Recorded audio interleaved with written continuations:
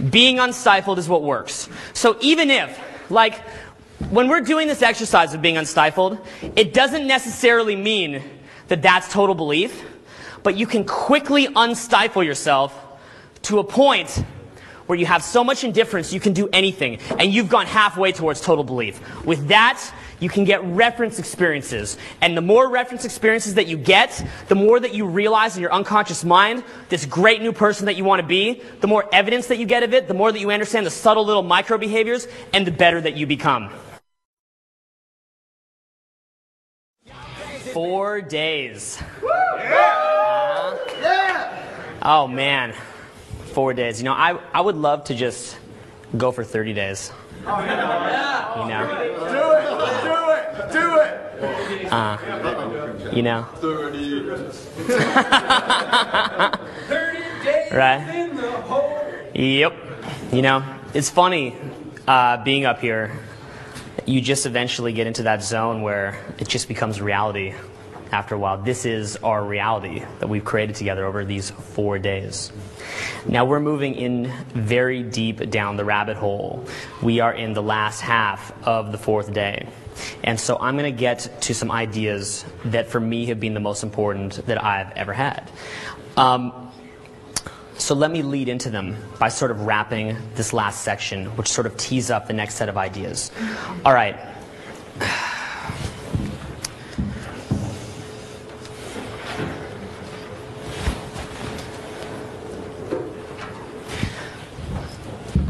What you guys have basically, you know, had percolating in your mind here is that there's these new behaviors, new habits, new behavior patterns, and new thought patterns that can enter into your mind and grow. They're like new seeds, they grow.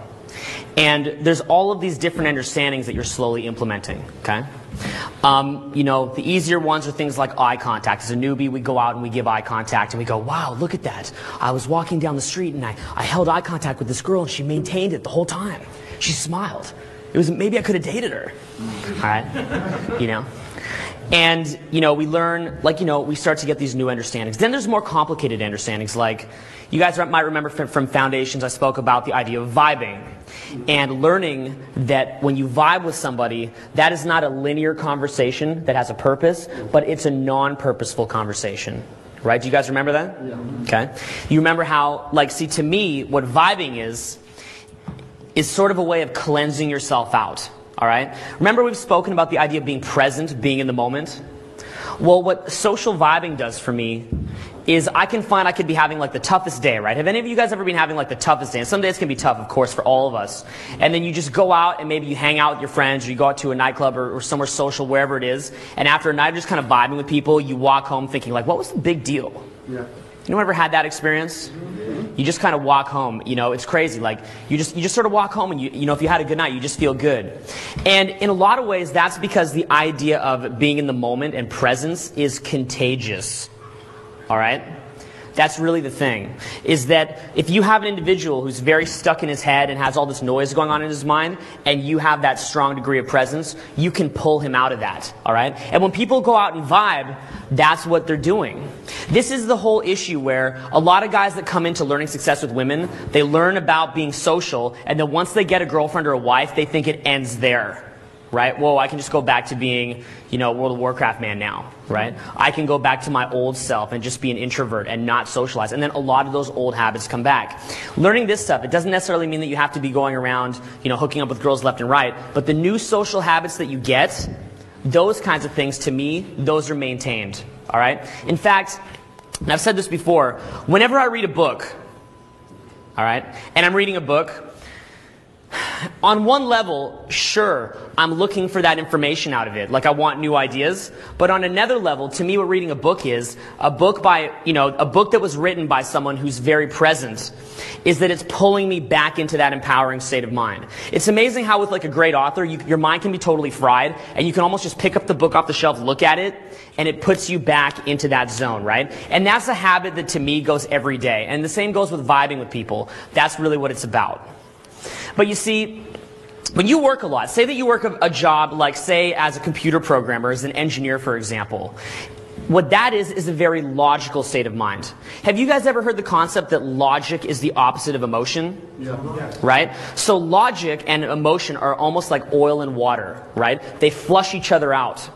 And so, for example, look, say that you're making out with a girl in bed, and then suddenly you say, hey, what is 6 times 6? Is it, 36? What is it? All right?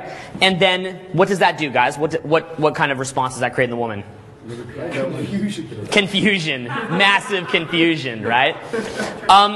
It's a vibe breaker. You know what I'm saying? It's a total vibe breaker. And when you're vibing with people, whenever you're trying to be too logical, oftentimes that can be a vibe breaker. Other times you can be being logical and be vibing kind of, intermittently, and that can be happening as well. But the idea being that socializing and vibing with people is an end in and of itself. All right? That's, where you ask people, say that you ask someone a rhetorical question and they think you're quizzing their intelligence. They're testing your intelligence. Like the classic example being like, hey, I just got this new jacket. It's really cool. Guess how much I paid for it? And the guy's like, wait a minute. He says, guess how much he paid for it. That means it's low. I'm going to show him how smart I am by saying something really low. And he's like, $5. And you're like, well, I paid 20, but it's still low. And he's like, oh, yeah. Right? And it's like, right? It's a vibe breaker, okay? And some people do that, and I used to do that myself for years and years. When you're vibing with somebody, if you feel like you're having to prove yourself, that's not really vibing. You guys understand that? All right? Do you guys understand that emotional states are addictive? Yes. These are some quick last-minute touch-ups that I want to do before we sort of wrap this whole program, right? Just some last-minute concepts I want to remind you guys of. State being addictive, right? So look at it this way. If somebody is addicted to positivity and you talk to them about something negative, what's typically the response from them? They'll leave. They'll leave, right? Or say that it's a friend. Say that you're in a very negative mood and you've got a friend who's addicted to positivity. And you're like, oh, dude, all this stuff that's happening, it sucks, it's so bad. He might say, oh, dude, man, that sucks, man. Well, don't worry about it. Maybe he'll reframe it, right? He'll say, well, maybe this good will come out of it. Don't worry about it. How about somebody who's addicted to negativity? What'll happen when you bring up a negative topic? Play off of it. Play off of it. Go with it. Explore it. Look at all the other negative ramifications that it has, right? And really sink their teeth into it. Okay? And it's really interesting because when you look at the sort of ways that the sort of topics that people talk about, you can see what they're addicted to. Understand that negativity and positivity, these are different emotional states. And the more often that you access an emotional state, the more synaptic pathways that your mind creates in order to access it again and again and again. Did you also know that memory is state access dependent? Yes. So for example, if you're in a very negative state, the memories that you also had while being in a previous negative state will be more in the forefront of your reality. This is why when you're having a chode night, it feels like you have been a chode forever, right? And when you're having a great night, tell me if this is not true. When you're having a great night, you're like, why did I ever care about this? This is so easy. I've always been like this, right? It's always been like this. Why was it? Why am I stressing? It's always been easy when you're having a great night because in the forefront of your reality, you remember those nights, right? And what's also interesting is when you're feeling negative, you're thinking about these other negative things that happens, and the cause and effect relationship in your mind is screwed up because you're thinking, I feel bad. Why do I feel bad? Because these other negative things that I'm thinking about. That's what's making me feel bad. You guys see the cause and effect mix up here? Yeah. When you're in a negative state, you remember things that make you feel bad. And then you go, why am I negative? I know, let's rationalize. It's because of that. All right? So, how about with a logical state of mind and an emotional state of mind? If you're used to being a computer programmer, for example, and you're doing logic all day, a lot of the time when you get out to that social gathering, you feel alienated from the environment. You feel disconnected. You're seeing people playing around, and you're still trying to compute it. All right? That's because the emotional side hasn't come in. See, a logical conversation, who did this? All right. Okay? Prank on the teacher. All right. Look. Okay. All right. Oh my God, man. All right. So look, a logical conversation, it's linear. All right. It goes like that. Okay. It's very linear. That's how it goes. So in your mind, in the thinking in your mind, you're thinking very linearly. vibing is more like this. It's more like, here's you, and it's just kind of going like that. Kind of similar to that other picture. All right, so look. Basically what's happening is this. When you're vibing with somebody, okay, you want to learn how to get quick wit. You guys want to learn that? Yeah. Like sharp wit, like that instant nice wit. What basically happens is your mind plays an association game.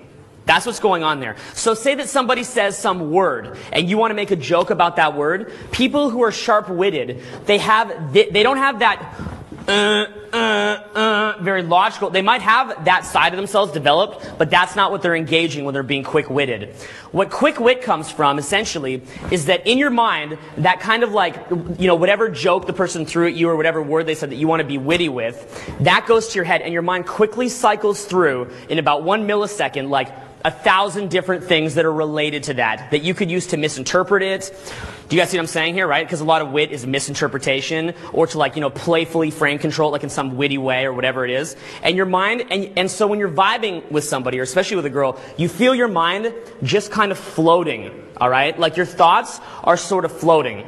And so, you know, say that you're speaking with a girl and there's like a really great pickup going on. I mean like a really smooth one. What's essentially happening is you're both kind of like in this floating headspace where she just sort of shoots something out there, and you're just kind of like, and like little associations just sort of arise. Do you guys see the difference between the thoughts arise to you as opposed to like you chase the thoughts?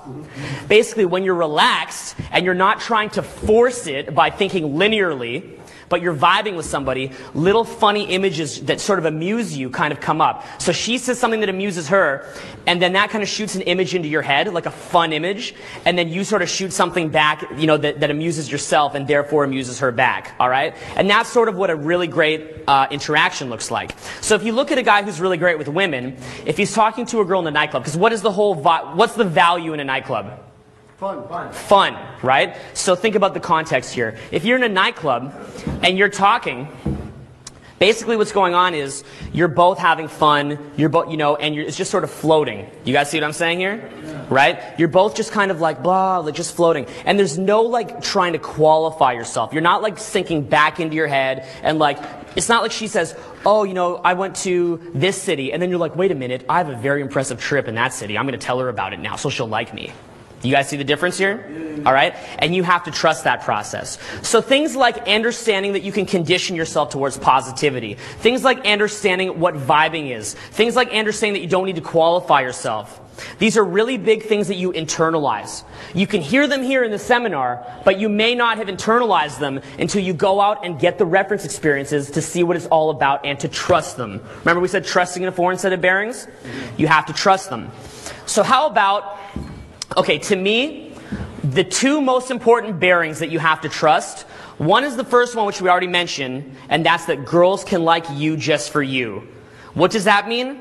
Try walking up and talking to a girl and being in the moment and not thinking ahead and just allowing it to go in whatever direction it's going to go without stretching and striving for outcome.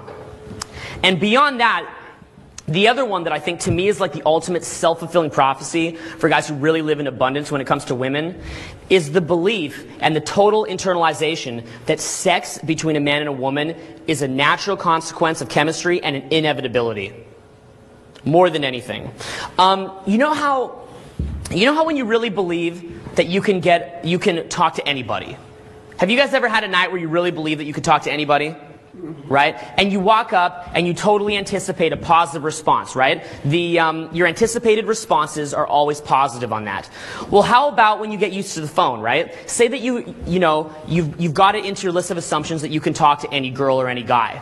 Great. But now you're not used to calling on the phone. So you get used to calling on the phone, right? It goes into your reality that you can call girls on the phone and they'll be cool about it. And that even if they're not, it doesn't matter. Well, see, to me, the kind of like the last one, beyond like learning to extract, learning that you can make out, the very final one is changing your beliefs about sex to being like this big deal, to just being a way to cement a moment or a way to blow off steam. All right?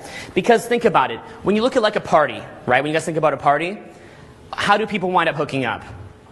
typically what happens is everybody's having fun, everyone's having a good time, and then the sort of tension and the energy builds, and then it's just a way to blow off steam, right? Maybe you have a nice moment with a girl and it's a way to cement the moment. But rather than thinking of it as some kind of big deal, okay? And it's the guys who have really internalized that sex is just a natural thing. It's not a big deal. Like, say that you wind up hooking up with a girl, you're not going to your friends like, holy shit, dude, I hooked up with this girl, it was nuts. All right? Trying to bring it into your ego structure. It's just not a big deal. It's a part of your everyday life. All right? You can always tell a newbie who's really proud that he's getting laid because he's going to tell everybody about every conquest that he's had. Right? He wants everybody to know about it. He needs them to know about it. And that's fine. Everyone's at a different point in their development. I'm not remotely even criticizing because we've all done it at different points. But the thing is, I think when you've really arrived, it's just in your reality. It's like, yeah, of course, you know, girls, guys, sex, like, okay, whatever, right? You can take a girl out. You're having fun together. You're not even really thinking about the outcome. But on the other hand, sex just keeps winding up happening. It just always happens, all right? It's just one of those things. It just happens. It's just a natural consequence, not a big deal. So look, here's where, to me, and this is sort of how we're transitioning, where things get really, really crazy. All right? Here's where things get out of control.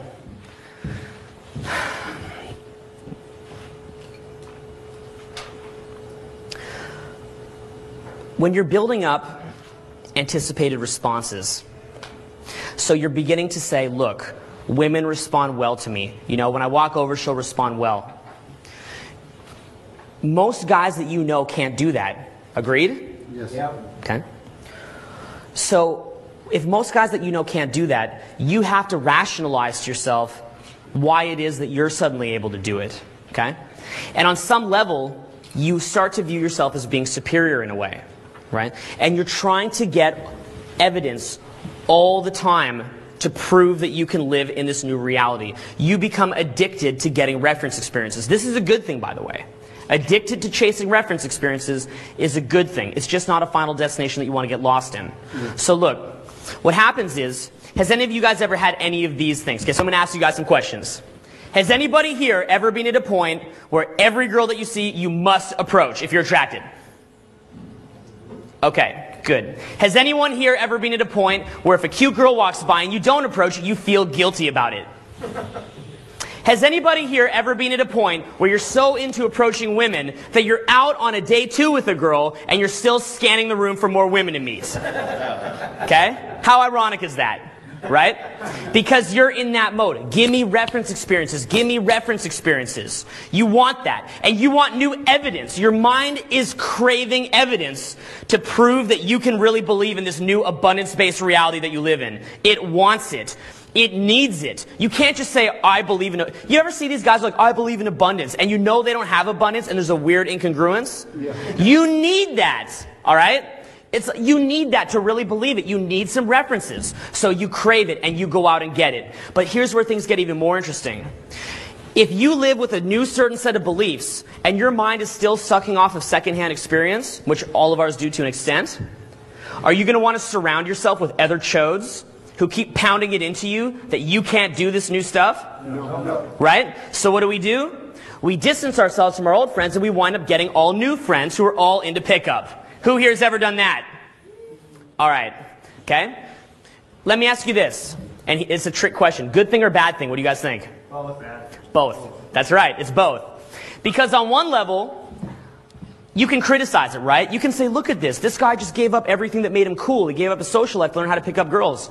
But on the other hand, every single person who's now an expert that criticizes all that like try-hardness that went into it, all were try-hards themselves. Right? They're like, oh dude, I took that path. You don't need to take that path. Right? You don't need to do that. You can spare yourself all that. Well, that's because the point that they've reached is a point where it's like for them to keep hanging out with their pickup bros all the time would actually be hurting their skills because it's taking away from their depth. But to really get into this, a lot of the time you need to surround yourself with other people that live in the same abundance-based mindset as you. You have to do that. All right? There's a craving of it. So that's where things start to get really interesting. So basically, look, why is it that we're doing this? Because if we lose sight of our new reality, it falls away from us. Yeah. Think about what that really means, guys. If we're around other people that are living in scarcity, and we're not approaching girls and continually cultivating the new reality, it falls away from us. Has anyone here ever had an experience where you had the reality going great and then you stopped for a while and it fell away from you? All right. So you keep going out more and more. But here's where it gets really interesting to me. You become, how could I put it? You have unhitched from your old identity. You have unhitched from the easiness of social conditioning. And so there's something about a newbie, or even a guy who's at a moderate, like intermediate level, where there's sort of a hole in his identity. He doesn't know who he is anymore. And he sort of craves validation. There's a sort of anxiousness about you when you're in a newbie or an intermediate phase. There's a sort of something missing that's there. And that's sort of an irony, because on one level you're trying to get good with women, but on the other hand, being centered is what makes you good with women, isn't it? Yeah. So it's sort of an interesting kind of paradox. Look, your mind craves the inundation.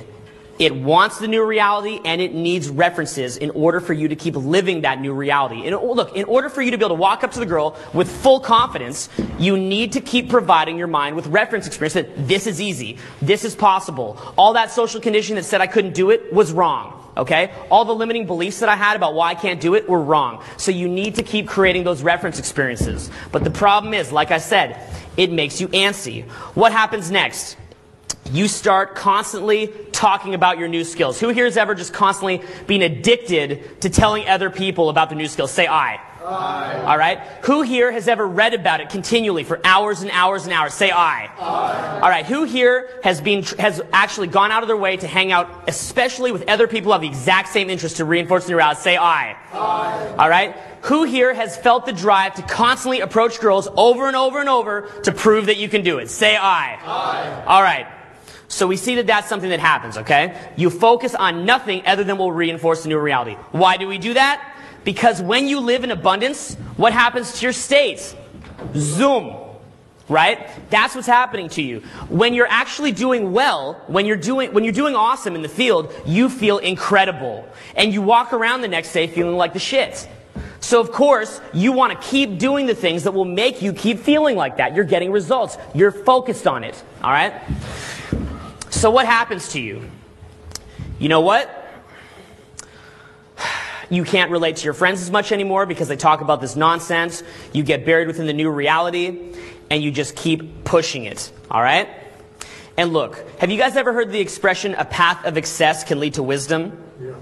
Well, that's very much true, right? A path of excess, excessive action of whatever type, can lead to wisdom eventually. But the thing is this. Think about it as like a false self that begins to evolve.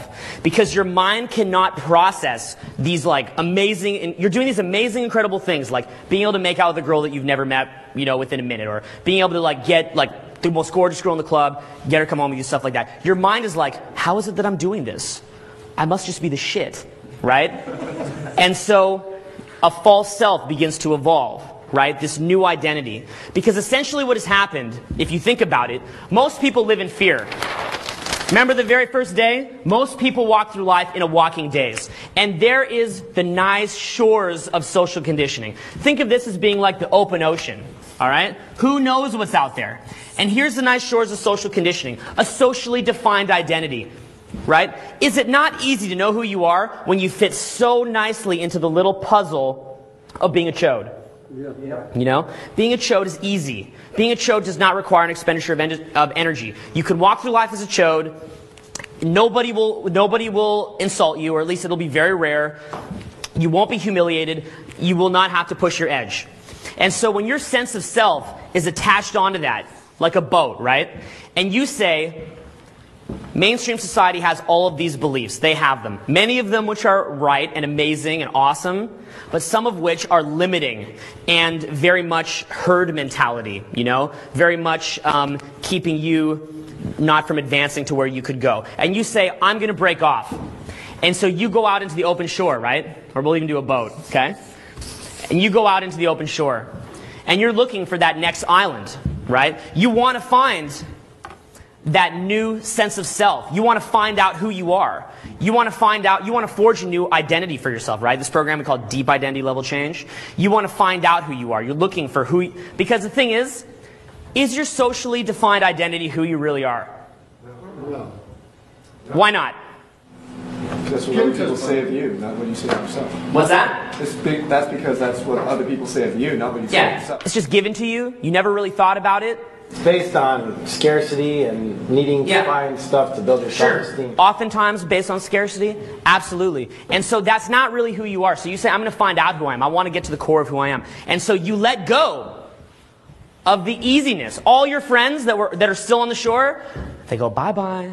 You wave bye, right? And they get farther and farther away. Yeah. And you know what can happen? Different things happen. Different people get different results. Some people, they go away for a little bit, and they go, I don't like this. Where's the shore? Let's go back. You guys all know people who did that? Yeah. They say, screw it, man. This is too, I don't need, you know, they'll have a reason. They'll rationalize it, right? I don't need that. This just isn't for me. It's not, you know, this stuff's stupid, blah, whatever, right? There's a million different things you can find to criticize. Other people, you know what happens to them? They get lost out there, don't they? Have you guys ever known someone who was just lost out there in this new false sense of self? Just like they think that they found this new super powerful sense of self, but really they don't really believe it. They think they found it and they're stuck there, right? And a lot of us have been stuck there, okay? And you see them, they're lost out there. They don't know who they are anymore. And because they don't know who they are, they'll spend like a decade or whatever just trying to get references all the time. Validate me, validate me, validate me. Right? They're not deciding to be chose. They've stepped up. They have at least tried to step up, right? They're not here anymore. They have gone out there. But it's like more references, more references. I need more validation. And the validation becomes an addiction and it can consume you. All right? And ideally, there's some people who eventually get to their core self. They find that other side of the shore. All right? They find it. And they figure out who they are. They get to their core self. And they become very centered. And along with being very centered, they have a huge wealth of reference experiences and incredible calibration, incredible social calibration. They have this whole new range of behaviors that they can take part in. But they've found that centeredness. All right? And that's the type of ideal that I've wanted to bring you guys to. And to sort of set you out on that kind of a journey. So that leads us to our next section. All right? And this to me, this was the biggest epiphany that I had in this entire deal, pretty much. All right? So, growing up, I was very unhappy. Extremely unhappy. A lot of people say, wow, man, you're so motivated. I would say that, sure, I've been motivated, but I would also say I've been running away from pain a lot of my life. All right? You guys have seen me, you know, whenever I talk about things like social conditioning, you can see that kind of negativity, that kind of negative energy field that I get in me, where it's like, if you actually look at me, I'm sort of have this interesting character because on one level, I can get up in front of crowds, I can talk to the crowd and blah, blah, blah. But if you look at me carefully, you can see little cracks of my old self kind of coming through, almost like a wounded cat that got like left out and like kicked around and stuff like that. And it's like you got your cat, but every so often it's like, like that. And I feel that in myself, all right? Okay? I can feel that, my old self, little cracks of it coming through. And I'm okay with that now, At one point I was like, oh, I'll never weed all that out. Now I'm just like, no, it makes me a more dynamic person. I'm like, okay, whatever. You guys really have to be the same way. Don't strive for perfection. But anyway, what I really did for a long period of time was went to the greatest lengths possible to change my conditions. Because if you're pissed off or unhappy, there's two things that you do.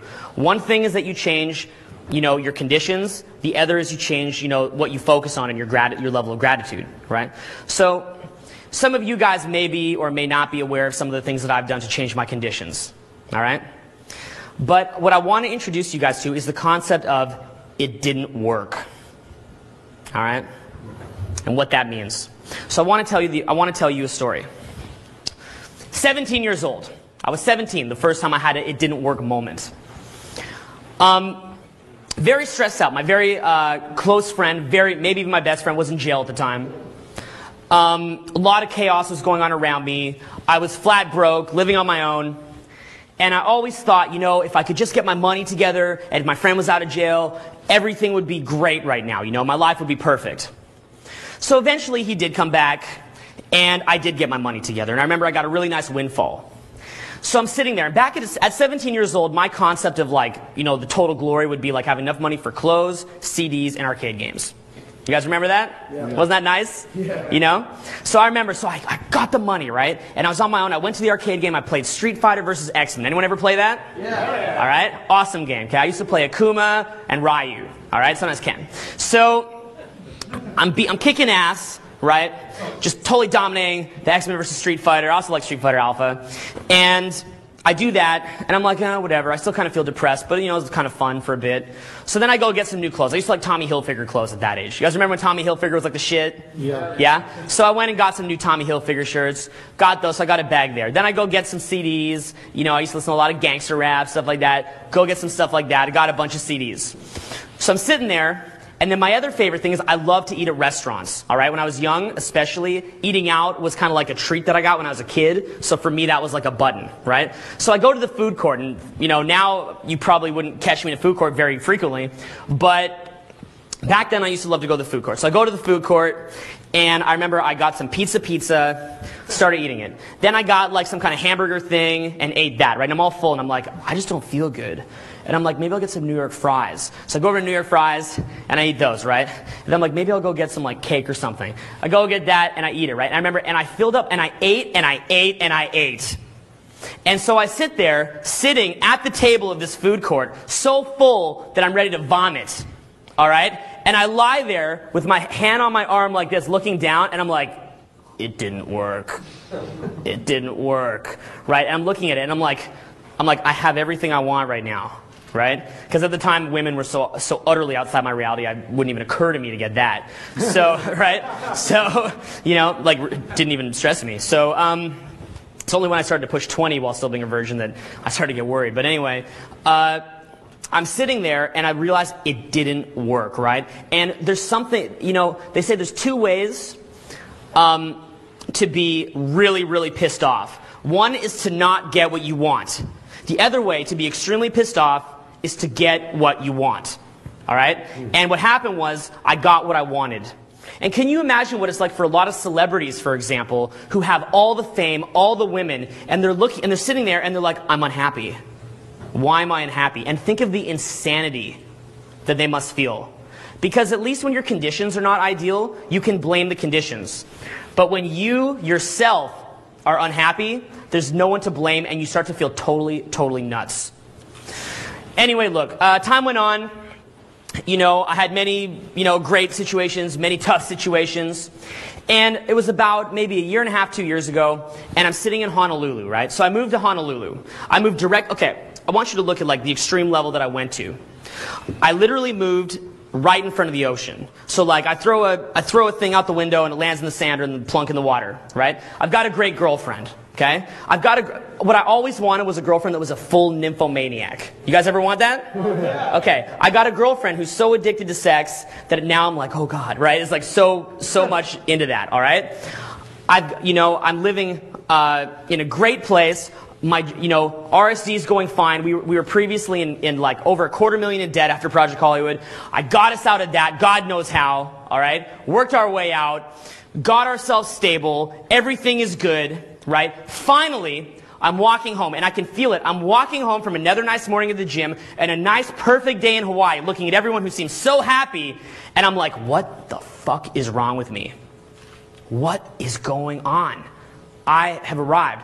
Why is this not as tasty as I thought it would be? What is going on here? All right? So I stayed like that for a while, and let me tell you, it can make you feel insane. All right? True insanity is when you get what you want and you still have not really become the happy person that you expected. Because all your friends don't totally have what they want, but you have it and you're not getting the outcome that you wanted, right? At least all your friends, like say when you start becoming really successful with women, all right? When you've got all the women you could want.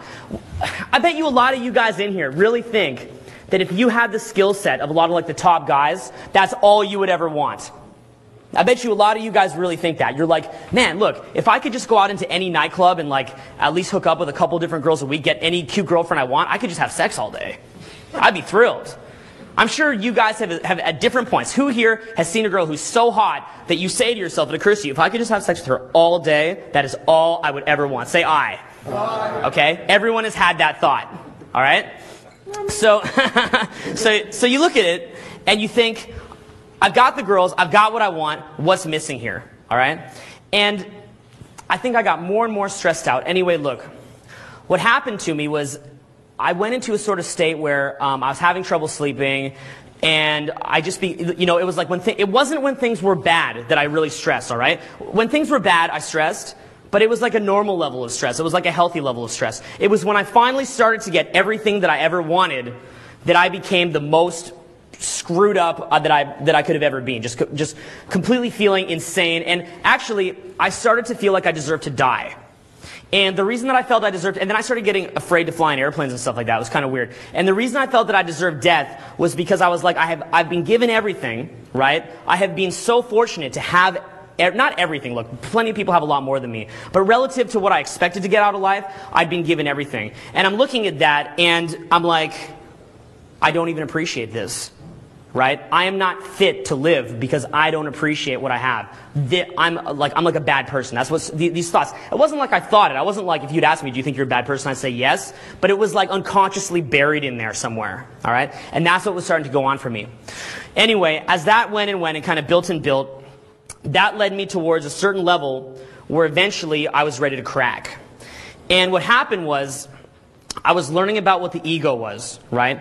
And sort of finding out what that was. And what I realized, and it was actually my friend Kieran, he wrote an article on it, and I had been sort of surrounding this area for a long time, because I'd been looking at internal pillars of reality, external pillars of reality. And something that Kieran wrote about was, he said, one of the things that people do is they create this identity. Like, say you create an identity for yourself, right? This big pimp. And people give you accolades and like you for that type of identity. Is that the real you? No. It's not really you, right? It's this fiction. So what happens to your unconscious mind?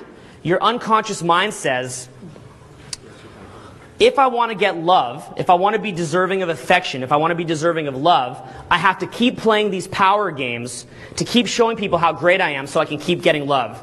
But what does that do? Does that really make you think that girls and people should like you just for you? No, it's you telling yourself you have no value because you have to live a false life. Exactly. You guys hear what he said? You're telling yourself you have no value because you have to live a false life. And, I mean, let's say it's not even a false life. Like, let's say that you're just busting your ass to do as best as you can, right? There's nothing inherently wrong with that at all. I think that people that get all spiritual and they just sit there and don't do anything with their lives, I mean, I try to be open-minded to it, but I have a very difficult time respecting it. But I'm trying to be open-minded to it, you know? Maybe my opinion will change someday, but when I see it now, based on my value system now, I can't connect with that very well. But anyway, look, what basically was happening was like, when you get into a mindset where you're always trying to be better and better and better, and that people admire you for that character that you've become, which hopefully all of you guys will reach a level of just total mastery, and people will admire you for the person, like for what they see.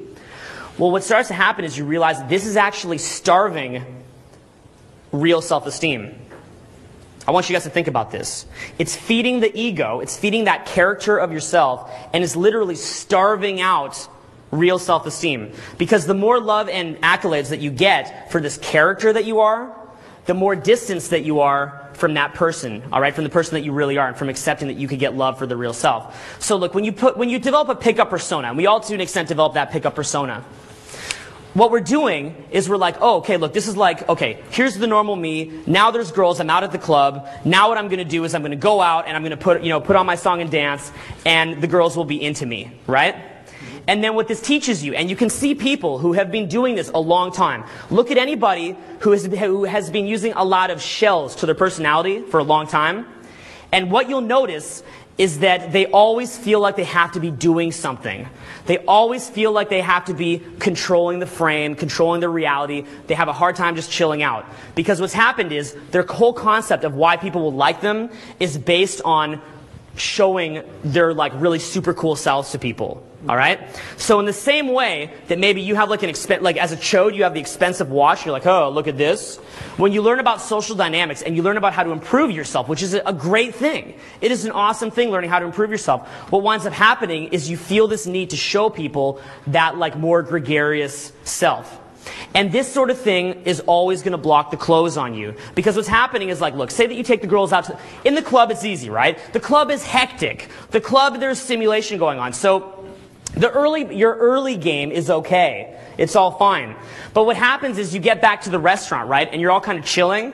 And you feel this kind of antsiness where you have to I need to do something. Like I need to do a push-pull right now. Or I need to make her chase me a bit. Or I need to entertain her, whatever it is. Which is, is all fine. There's nothing wrong with being, push-pullish, flirtatious, entertaining. All that stuff is great. All of it's awesome. But the problem is you're not doing it because you're acting through your own intentions. You're doing it because you need to do it.